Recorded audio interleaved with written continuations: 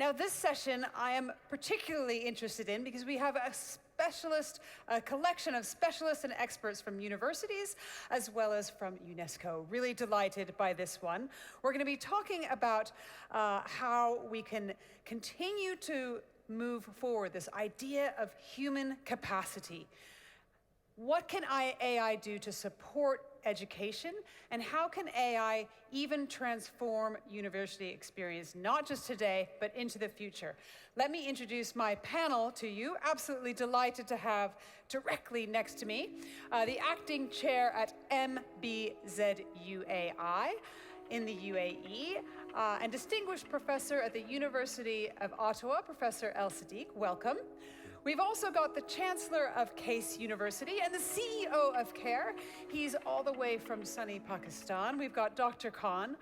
Delighted to have the Chief Unit for Technology and AI in Education from UNESCO. Thank you so much, Professor Miao, for coming.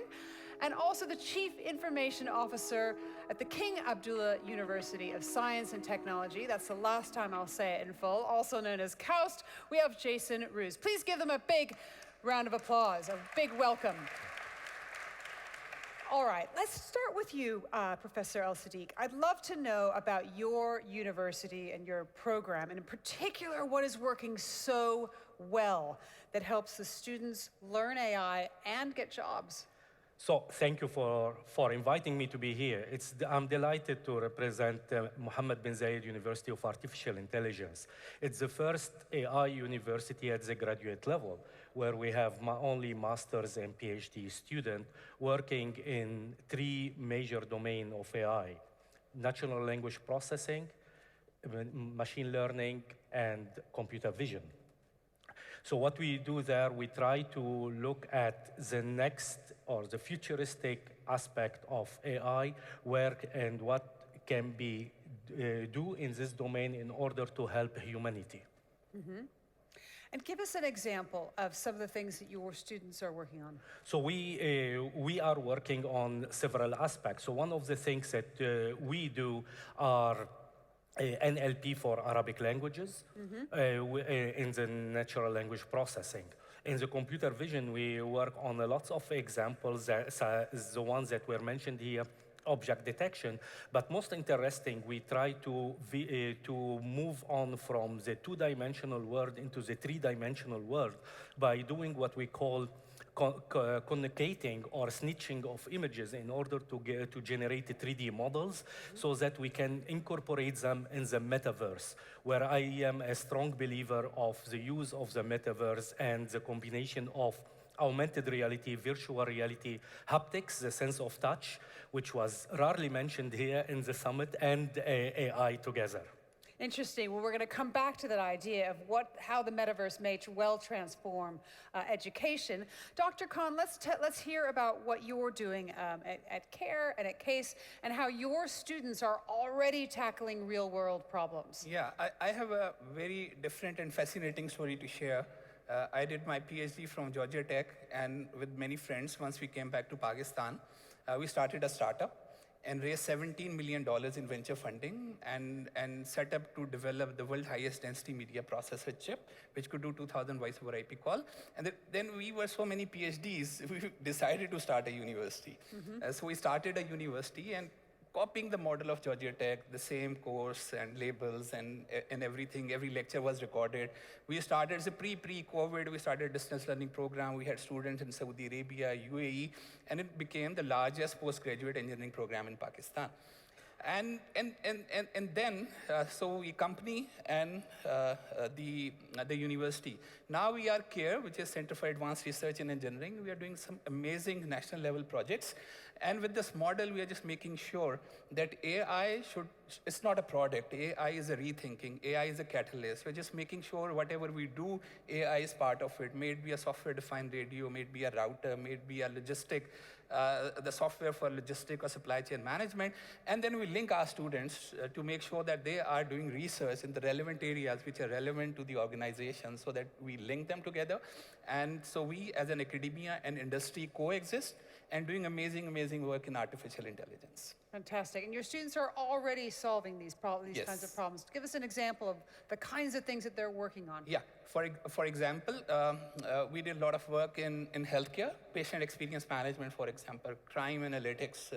In software-defined radio, we have used fuzzy logic to train the channel. And then at a national level, the threat perception and finding out the right strategy to meet the threat. So there's so many different things that we are doing that directly relates to artificial intelligence and machine learning. All right, we'll come back to that. Jason, I'm going to skip over Professor Miao for a moment, and you'll see why. But Jason, let's come to you now. Tell us about KAUST. It's a really different way to approach education, living, smart cities all together. Tell us about it. Yes, it's actually a very unique place. It's one of the reasons I've been there for the many years that I've been here. It's truly it's more than just a university. It has been built to be a catalyst for innovation. It's an entire ecosystem around innovation. So to give you an example, we have the university itself. The laboratory facilities will rival any national laboratory in the world. Next to that, we have an adjacent research park where it hosts our startup accelerator programs as well as research facilities from some of the top companies in the world. And then surrounding that entire ecosystem is a community that we have turned into a smart city living laboratory for digital innovation. So what we have is the ability to be able to take things from the laboratory setting, to be able to spin it out, have a prototype, roll it out into the community and use the community as a test bed to see if that is something worth moving and scaling up. If it is something that has potential, we could actually get funding from our internal startup accelerator and create a startup to move forward. Give us an example of a company that's come out of the university that we might be familiar with.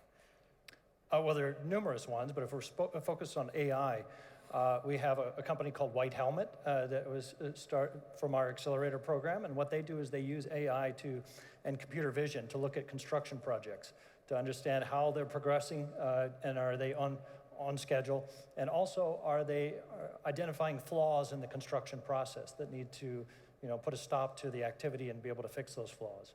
Another company is one called Thaya Tech, which focuses on object identification, and it's kind of object identification using AI in the cloud to serve many different purposes. We also have another company called Lucidia, which uses natural language processing to evaluate Arabic sentiments in social media. And these are companies that have been spun out by our ecosystem and our community itself. Interesting.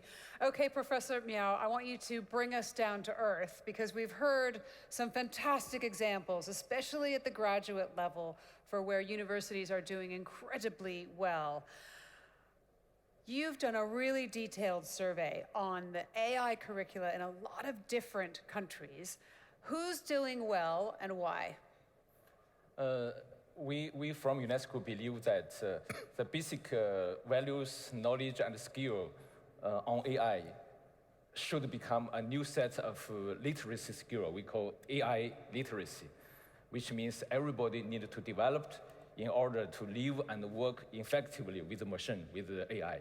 So we are proposing that the country consider a new set of literacy in addition to writing, reading, and numeracy.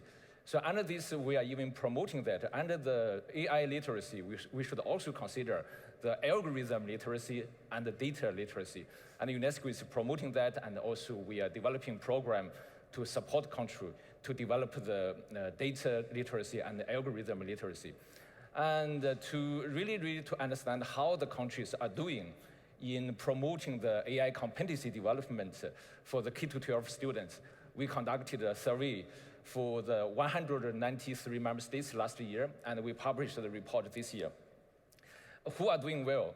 It's not a surprise that among the 193 countries, only 15 countries that have developed, endorsed, and implemented K-12 AI curriculum. Among these 15 countries, there are 4 countries from Gulf states: Saudi Arabia, Kuwait, Qatar, and the UAE. And why we think they are doing well? Because we had a very strict criteria. We think that the country should allocate dedicated curriculum hours to AI curricula. For example, Qatar, they have 200 hours per year for computing with a focus on AI, which means every semester they have 100 hours for students to learn about ICT and AI, which means almost every week, 3 hours. And this afternoon, I'm going to the Ministry of Education, Saudi Arabia, to discuss about the further development of your K-12 AI curriculum. And at the same time, we are thinking that the countries that are putting the enabling condition for the implementation of the AI curriculum should be the good example. They are training the teachers, for example, Korea, China, European Commission are developing AI competency standard or framework for teachers. They are training larger number of teachers. For example, even Korea last year, at the beginning of last year, I was invited to teach 1,000 master teachers of Korea in the teaching AI in their country. So we take this country as a good example, and we would like to push that the other countries, all the countries should develop K-12 AI curriculum for your students. I'd love to know who you're worried about, because we have an audience who may be able to help. So tell us the countries that you're worried about, who aren't doing so well or who need some support in developing that AI curricula. Yeah, actually, I have 3 worries. The first one, as I said, we all talk about the importance of development of AI competency, but it stops with political slogans. 193 countries, only 15 countries develop AI curriculum, while all the 193 countries are talking. So we should move from the political slogans to the curriculum practice, like the 4 Gulf states here, including Saudi Arabia. The second worry is really the worry of the governmental validation mechanism, meaning that while more than 170 countries do not have their governmental AI curriculum, the commercial AI curriculum are flushing into the classroom, and they are pushing their products. They are not developing AI competency per se. They are developing the skill about how to use their products. But the government do not have the validation mechanism to see whether the commercial AI courses are good or not, whether they have some ethical problem. So the second worry is that the government is lack of the validation mechanism. The third one, very simple, is once again is relating to the second one, is that we are not focusing on the core part of the AI curriculum. Many countries are only talking about the use or consumption of the AI tools.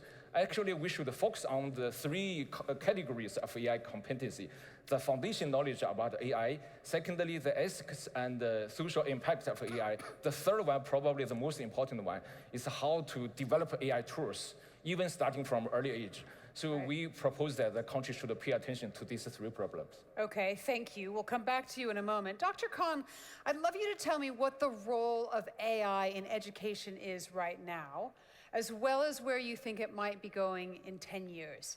Yeah. First of all, let me also tell you that in Pakistan, I'm part of the Prime Minister Task Force on Knowledge Economy, and then I was Deputy Chairman of National Computing Council. And we have an AI curriculum that we develop, making sure that it is aligned with ACM and IEEE and IEEE Computing Society. And almost every university in Pakistan is offering a bachelor program in artificial intelligence. And making sure that the core is intact, that computer science is the core. So students must learn computer science and only then build over it. And then about the AI, there is something very interesting and to everybody who's sitting in the hall. And I saw an 18 years old coming here and telling the fascinating story about himself, that how he has been developing AI algorithm. The ACM has now shifted in its curriculum, 2020 curriculum has shifted from teaching focus to learner focus. The engineering, the computing education, and AI includes in that. And in that, it talks about that every student can learn, or any student can learn anything. So it's not about learning, it is about rate of learning. Okay? A student may grasp a concept right away, and the other may take about 7 days to learn the same concept. Right. So it is about the competency, and competency is a combination of knowledge, skills, and attitude. So now it's not about just curriculum. It is about injecting the right attitude in students, the motivation, the right behavior to do amazing thing in artificial intelligence, and at the same time skill. So skill and attitude are become central to computing education.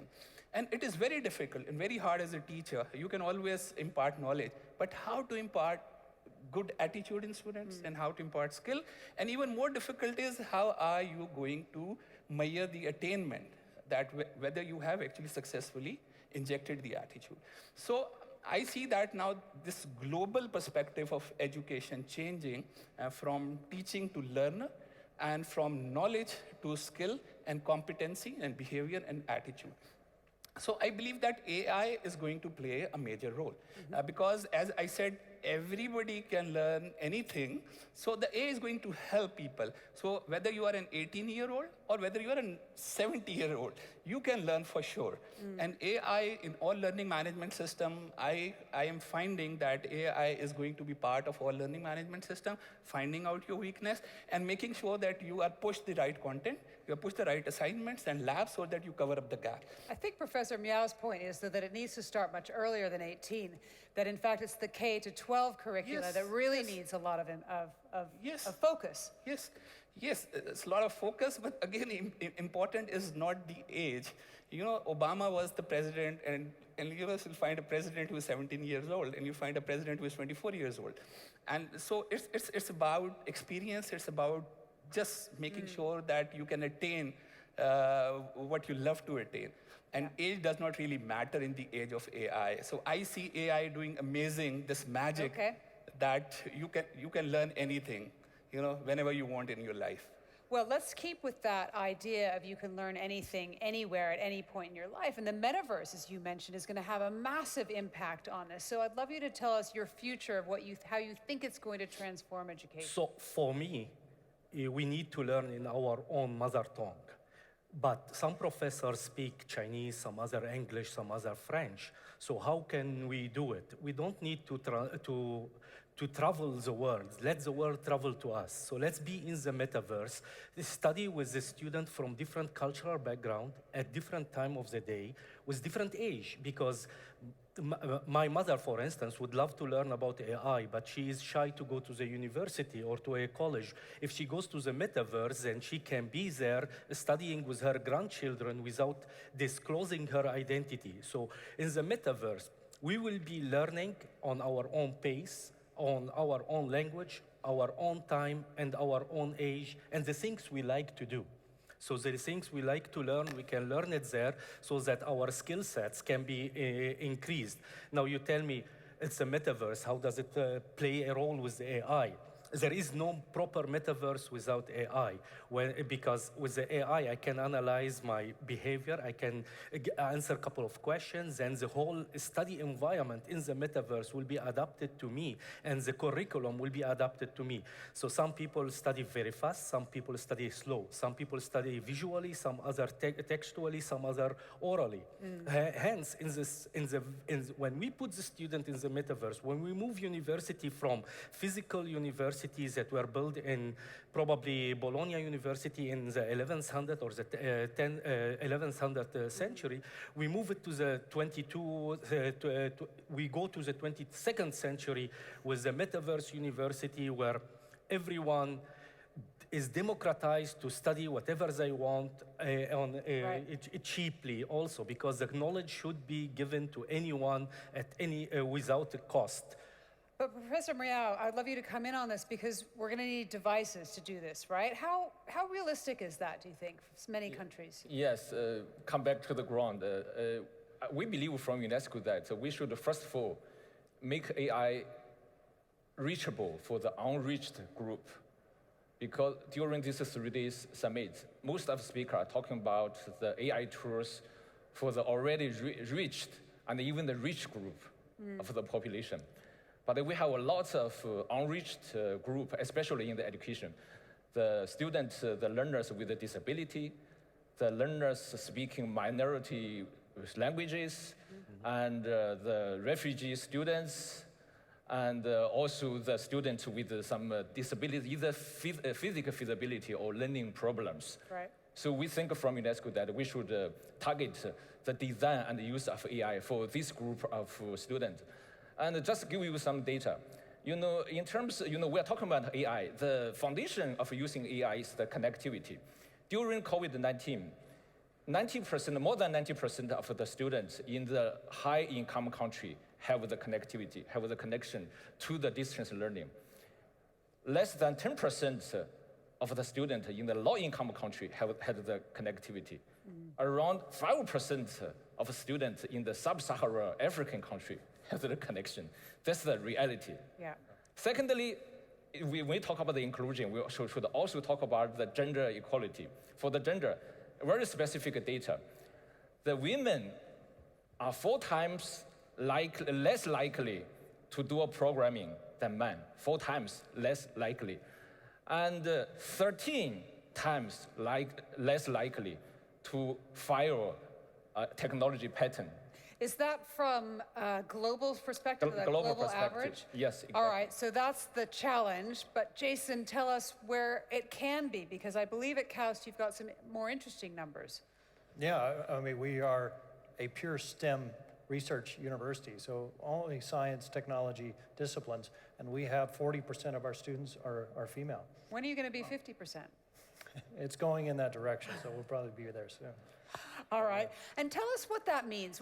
In effect, what does that mean for KAUST? How does that change the kind of programs that people are working on, the companies that they're building? Does it have an effect? I think it does. I think it brings, a diversification of perspective in everything that we do, and I think it makes us stronger for it in the long run. Especially as these females are top-notch, they're world-class, and they're the ones leading some of these efforts to be able to kick off startup companies and are in our accelerator program. And, they are seeing opportunities that I think are not seen by everyone, and I think it's good for everyone involved. So. I want to go back to that question, Jason, and give it to you as well. What do you think the role of AI for education is? Where do you think it's going to be in 10 years? Where do you see KAUST going?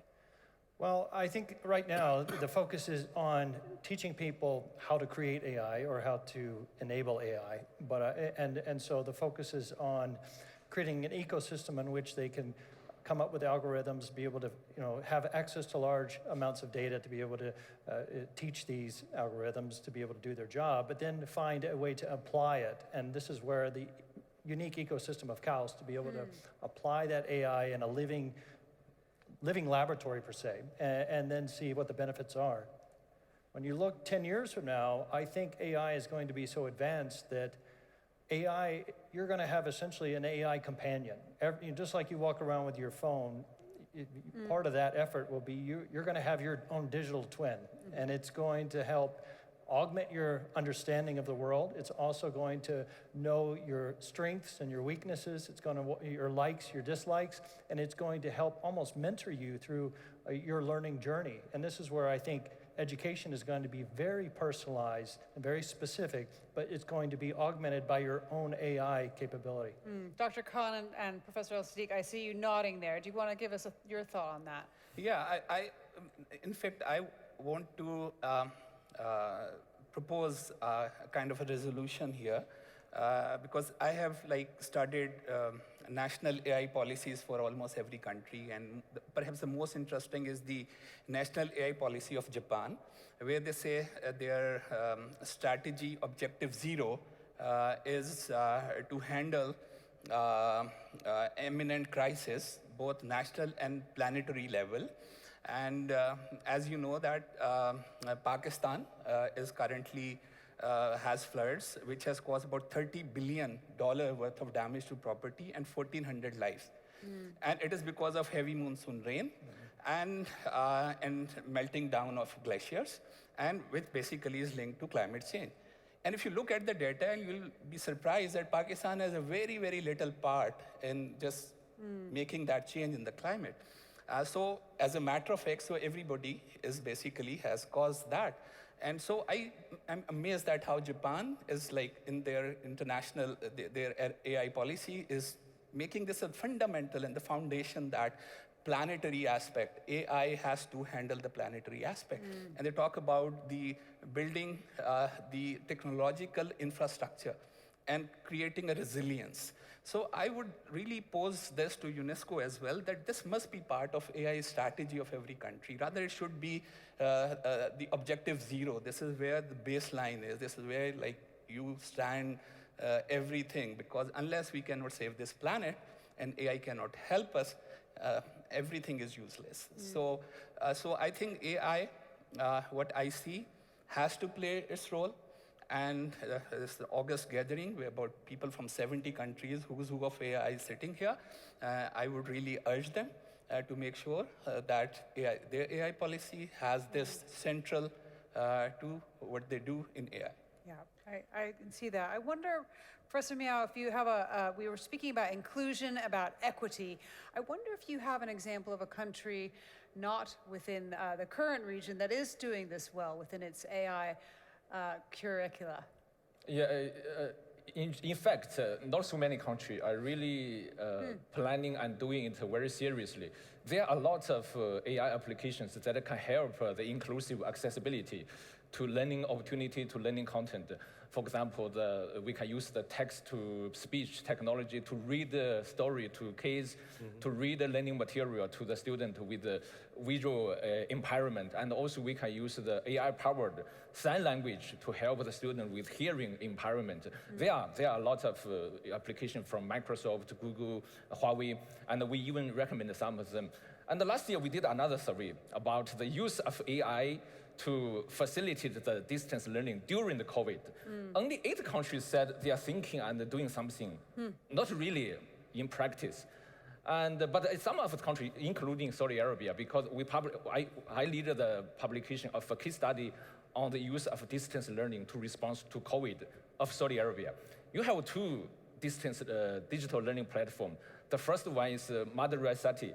And in this platform, they provided digital guidance for the teachers who are working with the student with disability about how to facilitate the access to the platform. The second one is the IN in Saudi Arabia. The IN platform produced some sign language-based program for the student during the COVID-19. I think many of the parents, you may know these 2 platforms. So there are some good examples, but we are doing another round of the survey about this problem. I hope that we can discover more stories and share with you. Thank you. Okay. Jason, I want to ask you, when I spoke to you before and I asked you what are some of the things that your students are working on, you gave me autonomous buses, drone deliveries, applications for smartphones, food delivery, and you said that, that you're managing a system of systems within KAUST, which I thought was a really interesting way to put it. I wonder if you had unlimited resources, what would you do next within KAUST? Well, what I think there needs to be a focus on is that I think everybody is looking at the good that AI can do. But just like what has happened in the world of tech, I think there was, either not really understanding the threats that were out there, and now we're dealing with cybersecurity issues all over the place. We're dealing with cyber criminals, and AI is just going to take that to the next level. So as much as we look at AI making our lives better, there are going to be malicious actors that are going to look at how AI can manipulate the world in bad ways, whether it's to steal money or actually hurt people. So I think especially we've seen some of that over the last couple of years when we talk about manipulation of information, whether it's Facebook or Twitter, where you have bots, you have AI that's generating content to create conflict. And you have to have AI to go find that. Yep. So you have kind of this arms race between good AI and bad AI. And I think that in the information domain, it's already bad enough. But as soon as you start applying AI on a broad scale to be in the kinetic world, where you're using autonomous vehicles to be able to make cities function, if you don't think about the defensive AI and AI resilience, I think we're going to have major problems. Okay, so a strong argument for defensive AI at KAUST. That's going to be where you're going to put your next bit of money. Yes. Professor El-Siddiq, where is you going to put your resources? So I would be putting the resources on the newborn. I would incorporate ethics, trustworthiness in the curriculum from K1 till K12 and then at the university level. So trustworthiness in AI is very, very important for the future. I have here to mention one thing. So there are when we talk about AI, there is in education, we have the undergrad and we have the grad. The graduate research is the visionary research. When I spoke about digital twin about 15 years back, my students were telling me, well, you are crazy, what is digital twin? Today, everybody in the world is talking about digital twin. When I say I would be investing in kids, putting them in the metaverse, teach them trustworthiness, teach them proper ethics and moral aspects in incorporating the design of algorithm, there where I will put most of my money. Dr. Khan, briefly. Yeah, perhaps I'll go with the theme of the conference, which say AI for the good of humanity. And in the order of priority, first saving humanity from disasters like floods and earthquake, and then poverty alleviation, and then slowly making AI for layer. But I think first we need to save humanity and making sure that AI has come to our help. Unlimited resources for the world. Professor Miao, what would you do? Thank you. Following the other speaker's idea, I think I would like to use the funds, the money to decolonize technology and to make the AI a common good for education and for humanity. Concretely, I would like to develop an AI tool to read, tirelessly the digital learning content across national platforms by age, by subject area, by language, and make them available for all the students and also facilitate the learner with a disability. And at the same time, if I have unlimited money, I would like to connect all the students, connect all the schools, connect all the families, of course, the connectivity, and make the content available, but at the same time develop the very basic and necessary digital competency of all the students, teachers, parents, and even caregivers. So to make the public good for education and the community. So none of you said you were going to retire, so I'm very pleased with that. Ladies and gentlemen, let's give our panel a huge Global AI Summit round of applause. Thank you so much.